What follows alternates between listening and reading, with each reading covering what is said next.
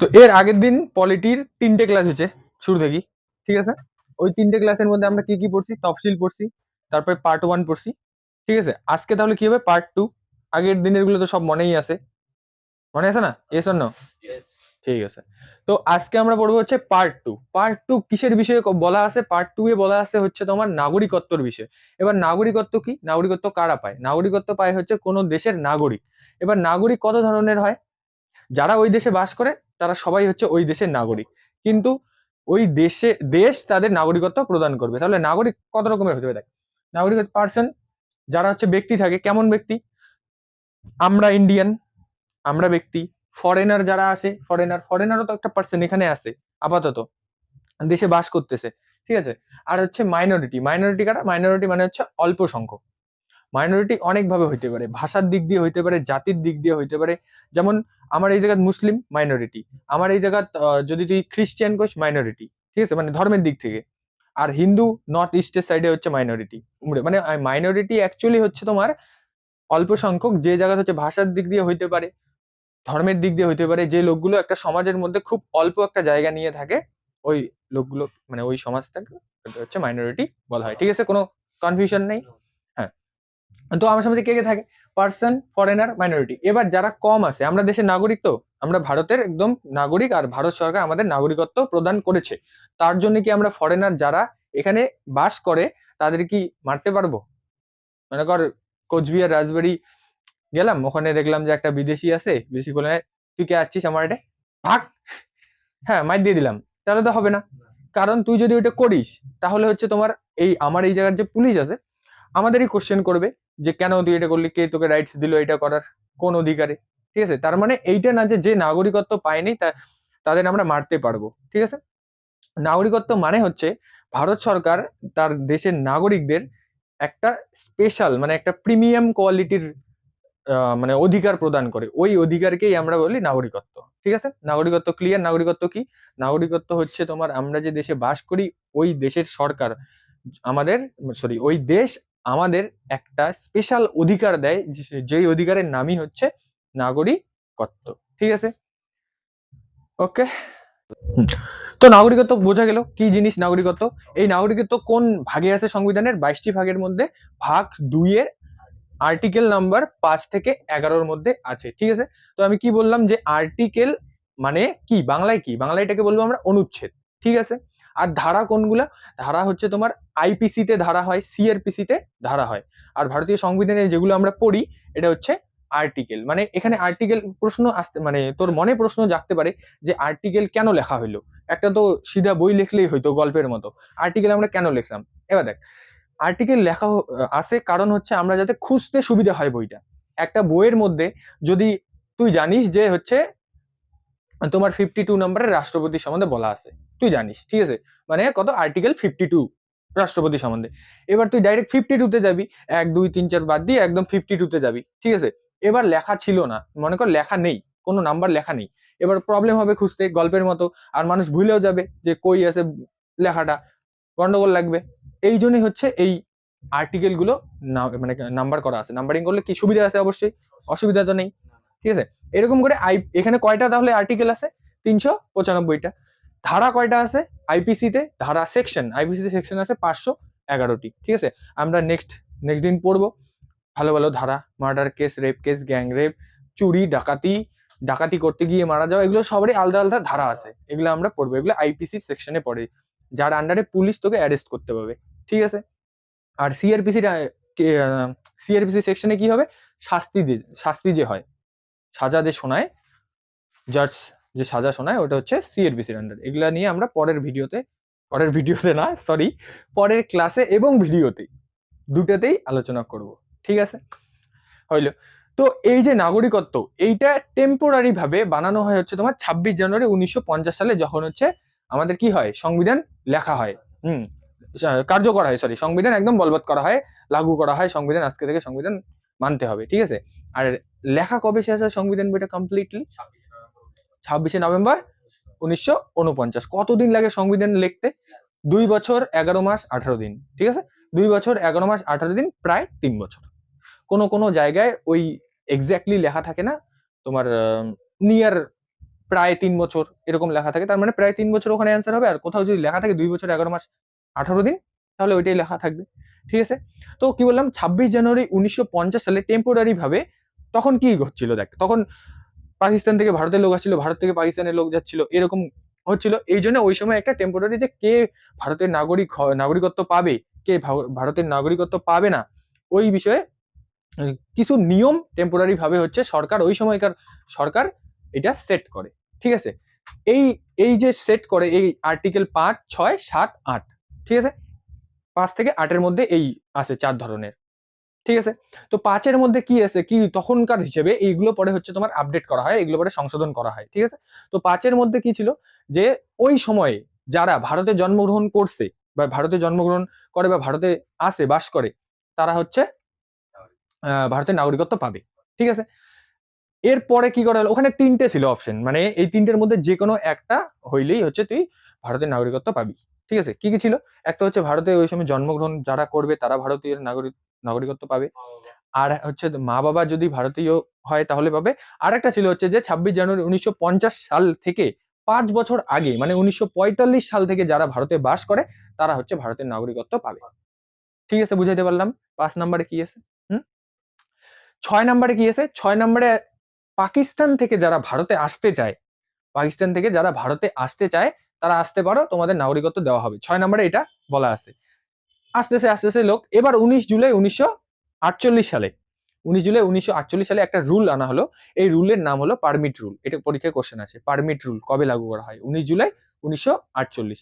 ওই রুলের মধ্যে কি ছিল, যে হ্যাঁ তুই আয়, মানে এমন করে আসা চালু হয়েছিল যে, যেমন মনে কর ট্রেনে যদি টিটি না থাকে কেমন করে লোক ওঠে, হ্যাঁ, চলো চলো চলো কোনো সমস্যা নেই, হ্যাঁ চলতে থেকে জেনারেল ডাব্বার না, ওই রকম করে লোক আসতেছিল। তো এবার হয়েছে যে পারমিট রুল অনুযায়ী তুই ভারতে আসবি, তো আয়, ভারতে আসলে তোকে সই করে আসতে হবে যে হ্যাঁ আমি ভারতে আসলাম। ঠিক আছে, ওই পারমিট রুলের মধ্যে পারমিট নিয়ে আসতে হবে, পারমিট নিয়ে আসলি এবং 6 মাস তোকে দেখা হবে, 6 মাস পরে তোকে নাগরিকত্ব দেওয়া চিন্তা ভাবনা করা হবে যে দেওয়া যাবে কি। ঠিক আছে, 6 মাস। তাহলে এটা কত নম্বর আর্টিকেল আছে, 6 নম্বর।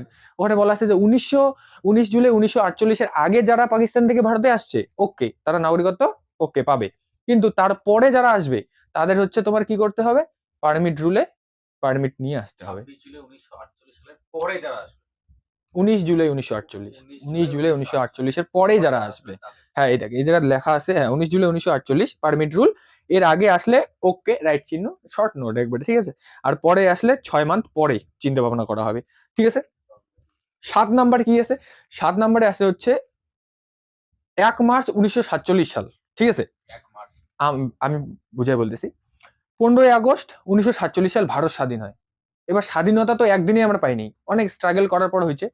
তার আগে 2, 3, 4, 5 মাস আগেই তো টের পাওয়া গেছে যে বিভাজন হবে, বিভাজন হবে। তো 1 মার্চ 1947 সালে তারপরে আর কি অনেক লোক হচ্ছে জানে, টের পেয়ে গেছে যে বিভাজন তো হবেই, আমরা পাকিস্তানে থাকবো, ওরা পাকিস্তানে চলে গেছে, ভারত থেকে কিছু লোক পাকিস্তানে। 6 নম্বরে আমরা কি পড়লাম, পাকিস্তান থেকে ভারতে আসলো। এবার আমরা কি পড়তেছি 7 নম্বরে, ভারত থেকে পাকিস্তানে গেল। হুম, এবার কোন সময় গেছে, স্বাধীনতার আগে 1 মার্চ 1947 সালের পরেই চলে গেছে ওরা। এরপর যখন স্বাধীন হয়ে গেল, এবার পাকিস্তানের লোক নিজের রূপ দেখানো চালু করলো। এবার কয় আমি বাড়ি যাব, আমি বাড়ি যাব, আমি আগের জায়গায় যাব। তাহলে পাকিস্তানের এখন ওরা যখন গেছে ভারত থেকে পাকিস্তান, আবার পাকিস্তান থেকে ভারতে আসতেছে, তাহলে ওদেরও নাগরিকত্ব দেওয়া হবে, দেওয়া হবে কিনা তোমরা বলো মিত্র, দেওয়া হবে কিনা, দেওয়া উচিত কিনা, উচিত না। মনে কর তোর বাড়ি থেকে তোর বাবা রাগ হয়ে চলে গেছে সকালবেলা, খুব ক্যাচাল লাগছে, রাগ হয়ে চলে গেছে। এবার সন্ধ্যাবেলা আবার বাড়ি আসবে, তুই একসেপ্ট করবি না? মনে কর তুই গেছিস বাড়ি থেকেই, তোর বাবা তোকে একসেপ্ট করবে না? অবশ্যই করবে। তো ওই সময় ওরা নাদান ছিল না, বুঝে নাই, বুঝছিস। তারপরে যখন আসল রূপটা দেখলো পাকিস্তানের, তারপরে হচ্ছে ওর কয়, না আমি আমার ভারতেই ঠিক ছিলাম। আর এমনি তো ভারতের লোকে, ভারতীয় তো একটা ধর্মনিরপেক্ষ দেশ ভারত। তো ওই সময় আমরা বলছি হ্যাঁ ঠিক আছে তোমরা আসো, যারা আগে গেছো কোনো সমস্যা নেই, আগে তোমরা তোমাদের জ্ঞান ছিল না, এখন আসছো ঠিক আছে থাকো, কিন্তু একটা রুলস আছে আমাদের এখানে তো, পারমিট রুল লাগু হয়ে গেছে 19 জুলাই 1948 সালে, তো তোমাদের 6 মাস পরে নাগরিকত্ব দেওয়া হবে। ঠিক আছে, এটা গেল হচ্ছে কয় নাম্বার আর্টিকেল? 7 number article. 7 নম্বর আর্টিকেল।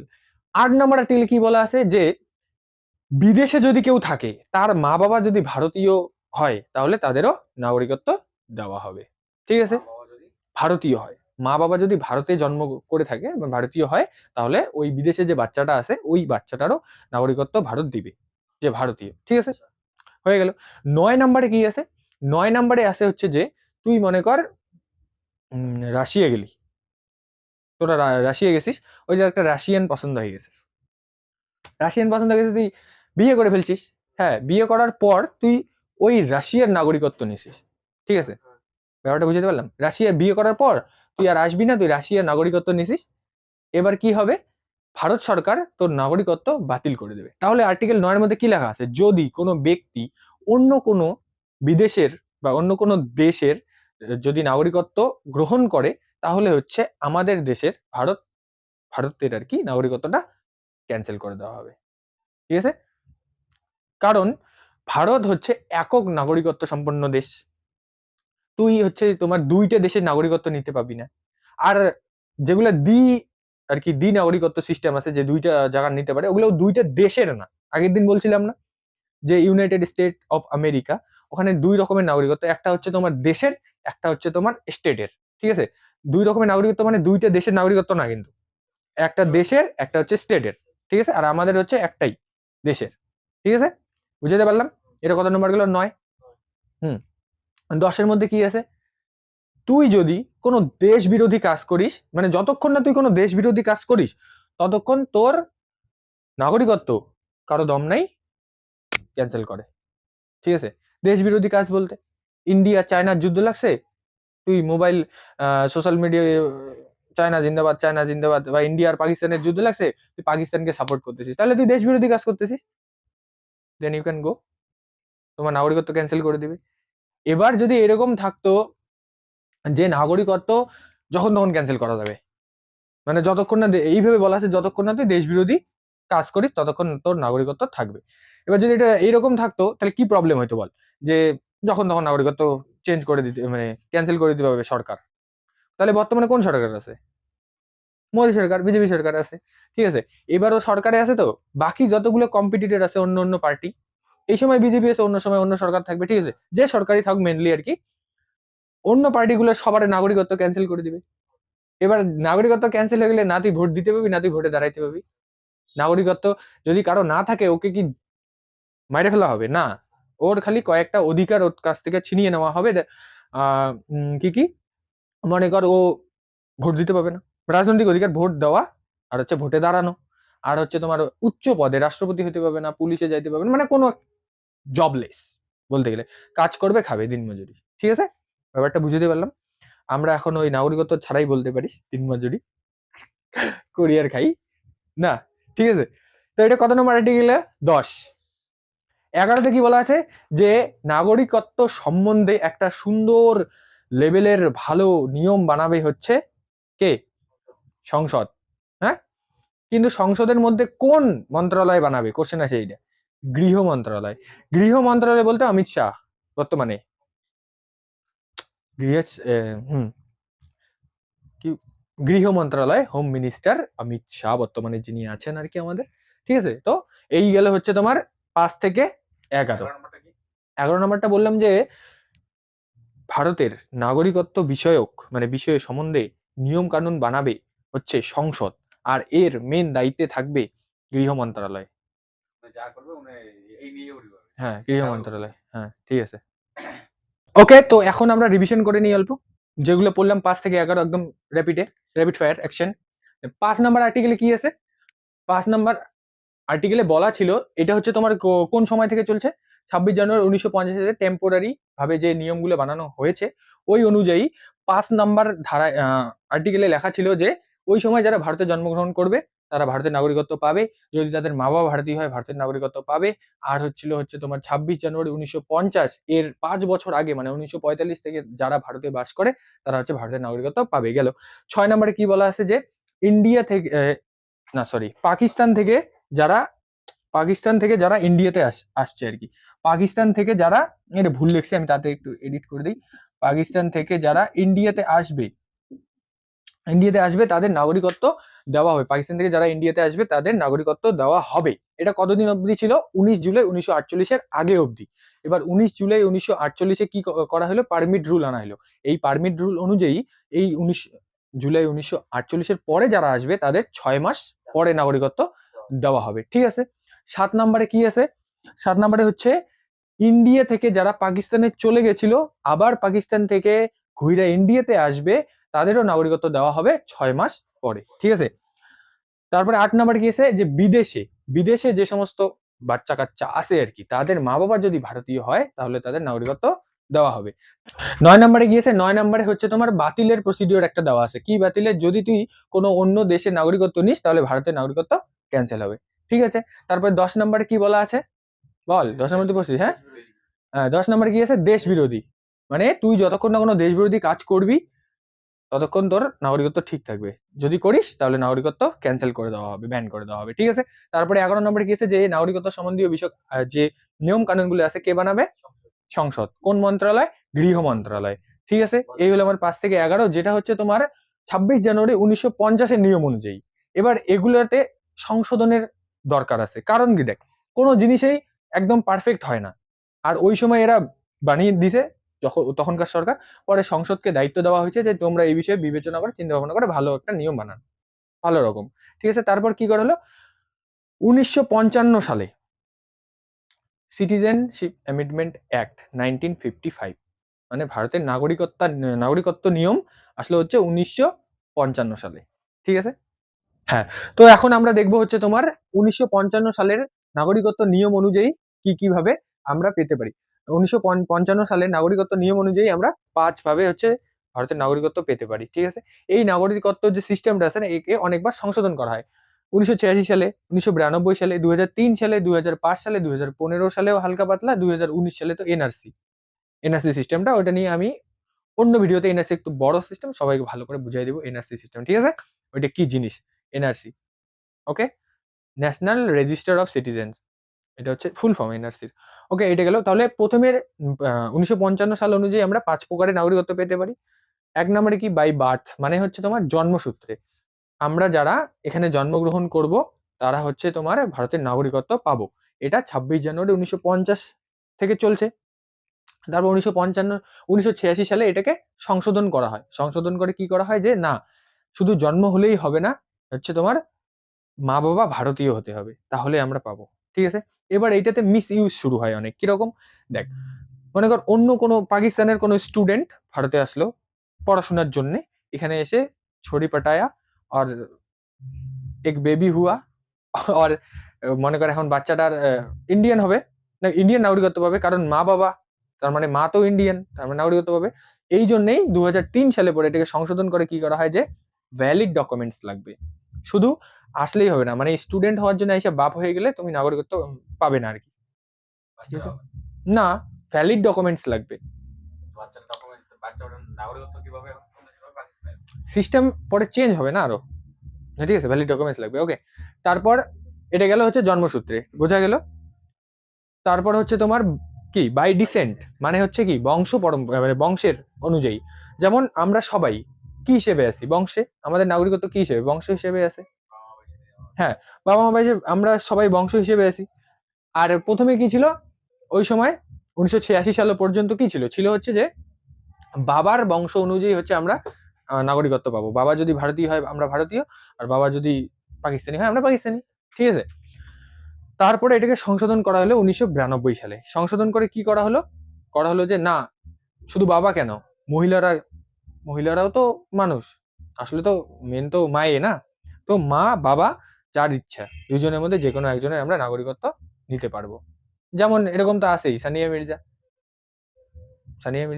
শোয়েব মালিক কার সাথে বিয়ে হয়েছে, হ্যাঁ, ওরকম আছে না? তো ও তো ডাইভোর্স হয়ে গেছে মনে হয়, আমি জানি না, এত নলেজ নাই আমার, ঠিক আছে। তো এটা বুঝলি 2 নম্বর বংশের বংশ অনুযায়ী। 3 নম্বর হচ্ছে বাই রেজিস্ট্রেশন। বাই রেজিস্ট্রেশন, যেটা বাংলাতে হচ্ছে পঞ্জীকরণ। আর হচ্ছে কি পঞ্জীকরণ? মানে কোনো ব্যক্তি বিদেশে থাকে, মানে বিদেশ থেকে আসছে, আসার পরে পুরো ইন্ডিয়াতে ঘুরলো, ঘোরার পরে ও আর যাবে না, ভাল লাগছে ইন্ডিয়া, খুব ভাল লাগছে, তো কত বছর থাকতে হবে? এখনকার নিয়ম অনুযায়ী 7 বছর থাকলে পরে তাকে হচ্ছে তোমার রেজিস্ট্রেশন করার জন্য, মানে পঞ্জীকরণ করার জন্য ও অ্যাপ্লাই করতে পারবে যে না আমি ইন্ডিয়ান নাগরিকত্ব নিতে চাই, ইন্ডিয়ান সিটিজেনশিপ, ঠিক আছে। তার জন্য 7 বছর থাকতে লাগবে। আগে এই নিয়মটা কত বছরের জন্য ছিল? 5 বছর। তারও আগে 1950 সালে মনে কর কতদিন ছিল? 6 মাস ছিল, ঠিক আছে। এখন এটা কত? 7 বছর। এবার 7 বছর হইলেই যে নাগরিকত্ব পাবে এরকম না। তুই গ্রাজুয়েশন মানে তুই আইএস না। তুই গ্রাজুয়েশন হয়েছিস, তুই সরকার আমাকে আইএস বানায় দাও, আমার তো গ্রাজুয়েশন কমপ্লিট হয়ে গেছে, তাহলে কি হবে? হবে না, তাই না? তো 7 বছর থাকার পর রেজিস্ট্রেশনের জন্য অ্যাপ্লাই করতে হবে। তারপর এই রেজিস্ট্রেশন অ্যাপ্লাইটা কোথায় যাবে? গৃহ মন্ত্রণালয়, কারণ নিয়ম কানুন কে বানাবে? গৃহ মন্ত্রণালয়। গৃহ মন্ত্রণালয় থেকে চিন্তাধারা করার পর হচ্ছে নাগরিকত্ব দিবে কি না, তারপর এটা চিন্তাধারা করবে ওরা। ঠিক আছে, বুঝাইতে পারলাম? এটা কি গেল? 3 নাম্বার, বাই রেজিস্ট্রেশন। 4 নাম্বারে কি আছে?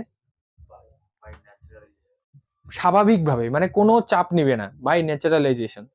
মানে কোনো বিদেশের লোক, কোনো অন্য জায়গার লোক, মনে কর বিজ্ঞান বা হচ্ছে কোনো ট্যালেন্টেড সিঙ্গার, সায়েন্টিস্ট, ক্রিকেটার যদি আমাদের এখানে আসে ইন্ডিয়াতে, এবং যদি তারা 22টি ভাষার মধ্যে, আমাদের সংবিধানে কয়টি ভাষার স্বীকৃতি পায়? 22টি। হুম, 22টি ভাষা কি কি? কাশ্মীরি, সিন্ধি, পাঞ্জাবি, হিন্দি, অসমিয়া, বাঙালি, তারপরে গুজরাটি, মারাঠি, তেলুগু, তামিল, কন্নড়, নেপালি, মণিপুরি, কোঙ্কনি, বড়ো, ডোগরি, মৈথিলি, সাঁওতালি, উর্দু, সংস্কৃত। এই কয়টা ভাষা। এই কয়টা ভাষার মধ্যে যদি একটা ভাষা ভালো করে জানে, এই তাহলে তারা হচ্ছে নাগরিকত্ব পাবে। আর না হলে হচ্ছে, আর হচ্ছে 10 থেকে 12 বছর থাকতে লাগবে। ঠিক আছে, মানে কি, কোনো হচ্ছে তোমার ট্যালেন্টেড লোক, স্কিল্ড পারসন, সায়েন্টিস্ট, কোনো সিঙ্গার, যেমন সিঙ্গার তো আছেই রে, আদনান স্বামী, আদনান স্বামী, হ্যাঁ, ওকে নাগরিকত্ব দেওয়া হয়েছে, পাকিস্তান থেকে এসে ইন্ডিয়াতে নাগরিকত্ব নিয়েছে। তো এটা 10-12 বছর থাকবে, একটা ভালো ভাষা, যে কোনো একটা ভাষা জানবে, আর হচ্ছে তোমার কি, কোনো বিজ্ঞান বা কলার সাথে যুক্ত থাকতে হবে, তাহলে হচ্ছে তারা না, তাদের নাগরিকত্ব দেওয়া হবে। ঠিক আছে, এটা কত গেল? বাই ন্যাচারালাইজেশনে। তারপর হচ্ছে বাই ইনকর্পোরেশন অফ টেরিটরি, মানে কোনো ভূমি কোনো জায়গা নিয়ে নেওয়া। যেমন আমরা কি করছি, 36তম সংবিধান সংশোধনের করে কত সালে? 1975 সালে। 1975 সালে কোন রাজ্যকে আমরা যুক্ত করি ভারতের হিসেবে, ভারতের রাজ্য হিসেবে? সিকিম। হ্যাঁ, সিকিম। তাহলে এটা আমরা কি করলাম? ভূমি অধিগ্রহণ করলাম, ভূমি নিলাম ওইখান থেকে। পুরো সিকিমটা হচ্ছে ভারতের এখন রাজ্য। এটা কততম রাজ্য ছিল? 22তম রাজ্য। কত সালে করা হয়? 1975 সালে। কততম সংবিধান সংশোধন? 36। ঠিক আছে, 36তম সংবিধান সংশোধন 16ই মে 1975 সালে আমরা ভারতের রাজ্য, 22তম রাজ্য হিসেবে সিকিমকে যুক্ত করি। ঠিক আছে, হয়ে গেল। তো সিকিমকে যুক্ত করছি, সিকিমের কি নাগরিকত্ব সিকিম থাকবে? সিকিমের থাকবে, কারণ সিকিম তো আলাদা দেশ ছিল। ভারতে যুক্ত হয়েছে মানে এখন ভারতের নাগরিকত্ব পাবে ওরা। তো এইটাই বলা হয়েছে যে বাই ইনকর্পোরেশন অফ টেরিটরি, মানে ভূমি অধিগ্রহণ নিয়ম অনুযায়ী আমরা যে জায়গাটা অধিগ্রহণ করব, যে জায়গাটা আমরা যুক্ত করব, ওই জায়গার সমস্ত লোককে হচ্ছে ভারত তার নাগরিকত্ব প্রদান করবে। ঠিক আছে, এই গেল হচ্ছে তোমার ভারতের নাগরিকত্ব সিস্টেম, বা ভারতের নাগরিকত্বর নিয়ম আমরা কিভাবে পেতে পারি। তো 1955 সাল অনুযায়ী কত প্রকারে ভারতের নাগরিকত্ব পাওয়া যাবে? 5 প্রকারে। এগুলো হচ্ছে আমাদের নাগরিকত্ব পাওয়ার নিয়ম। কি কি? By birth, by descent, by, মানে বাংলায় বলি, জন্মসূত্রে, বংশের অনুযায়ী, বংশ অনুযায়ী, জন্মসূত্রে বংশ অনুযায়ী, পঞ্জীকরণ, স্বাভাবিকভাবে, আর হচ্ছে ভূমি অধিক ভূমি অধিগ্রহণ। ঠিক আছে, এগুলো হচ্ছে না পাওয়ার। এবার ঠিক আছে, তো এতক্ষণ আমরা জানলাম হচ্ছে আমরা কিভাবে পেতে পারি 5 প্রকারে। এবার জানবো হচ্ছে কিভাবে কিভাবে বাদ যাবে, নাগরিকত্ব ক্যান্সেল হওয়ার কি কি কারণ আছে। একটা হচ্ছে, 3টা কারণ আছে। একটা হচ্ছে রিনাউন্সিয়েশন, একটা হচ্ছে টার্মিনেশন, একটা হচ্ছে ডেপ্রিভিয়েশন। মানে রিনাউন্সিয়েশন কি? ত্যাগ। মানে ওই যে বলছিলাম আর্টিকেল নাম্বার কত, 9, 9 মধ্যে কি বলছিলাম, যে যদি কোনো ব্যক্তি স্বেচ্ছায় রাশিয়া না, মানে যে কোনো কান্ট্রিতে গিয়ে বিবাহ করে বা ওই দেশের নাগরিকত্ব পায়, ওখানে যে সিস্টেমে নাগরিকত্ব দেয় ওদের সংবিধান অনুযায়ী, যদি নাগরিকত্ব নেয় তাহলে হচ্ছে ভারতের নাগরিকত্ব ক্যান্সেল হয়ে যাবে। ঠিক আছে, এটা হলো ত্যাগ, মানে কেউ ত্যাগ করলো, রিনাউন্সিয়েশন। তারপর হচ্ছে টার্মিনেশন, টার্মিনেশন বা পরিসমাপ্তি। মনে কর তুই পাগল হয়ে গেলি, পাগল হয়ে গেলি তুই, তোর কোনো সেন্স নাই, আর তুই হচ্ছে তোমার দেশ বিরোধী কাজ করতেছিস, তাহলে হচ্ছে তোর কি করে দেওয়া হবে, টার্মিনেট করে দেওয়া হবে তোর নাগরিকত্ব। ঠিক আছে, তাহলে টার্মিনেশন গেল। আর একটা হচ্ছে ডেপ্রিভিয়েশন, মানে কি, বঞ্চিত করা। মানে তুই ফেক ডকুমেন্টস, যেটা এনআরসি ওইটা যে করছিল, যদি ফেক ডকুমেন্টস নিয়ে আজ আসিস দেশের মধ্যে, এটা যদি কখনো ধরা পড়ে তাহলে হচ্ছে তোকে বঞ্চিত করা হবে নাগরিকত্ব থেকে। ঠিক আছে, তাহলে নাগরিকত্ব যদি ক্যান্সেল হয়ে যায় কি হবে, তোকে মারবে না। নাগরিকত্ব ক্যান্সেল হলে হচ্ছে তুই কি পাবি না, ভোট দিতে পাবি না, ভোটে দাঁড়াইতে পাবি না, বড় কোনো পদে কোনো চাকরি করতে পাবি না। ঠিক আছে, বোঝা গেল? এ হচ্ছে নাগরিকত্ব সিস্টেম, আমাদের নাগরিকত্ব। নাগরিকত্ব তাহলে কততম আর্টিকেল থেকে কততম আর্টিকেলের মধ্যে আছে? 5 থেকে 11। ঠিক আছে, কততম আর্টিকেলে বলা আছে যে দেশ বিরোধী কাজ করলে নাগরিকত্ব সমাপ্ত করা হবে? 10। ওকে, নাগরিকত্বর যে নিয়ম কানুন আছে কে বানাবে? গৃহ মন্ত্রণালয়, সংসদ। গৃহ মন্ত্রণালয় কত নম্বরে আছে? 11 নম্বরে। 6 নম্বর অনুযায়ী 6 নম্বরে কি আছে, 5 থেকে যে 8 আছে না, আসবে না। 5 থেকে 8 আসবে না, 9, 10, 11। ঠিক আছে, আর এদিকে যে এই সিস্টেম গুলো বললাম, এইগুলোকে সরি, যে সংশোধন গুলো বললাম 1986, 1992, 2003, 2005, 2015, 2019, এগুলা আসার চান্স নেই আর কি, কিন্তু জানা ভালো। ঠিক আছে, ওইটা হালকা একটা সংশোধন হয়, ইম্পর্টেন্ট না। ঠিক আছে, তাহলে আজকের ভিডিওটা এতটুকুই ছিল। যারা যারা ক্লাসে আসিস নেই আজকে, তারা তারা এই ভিডিওটা দেখে নোটস বানিয়ে পরের দিন আসবি। পরের দিন হচ্ছে না বলতে পারলে কিন্তু কথা খারাপ আছে। ঠিক আছে, ইউটিউবের জন্য সবাইকে গুড নাইট, সবাই ভালো থেকো, দেখা হচ্ছে পরের ভিডিওতে।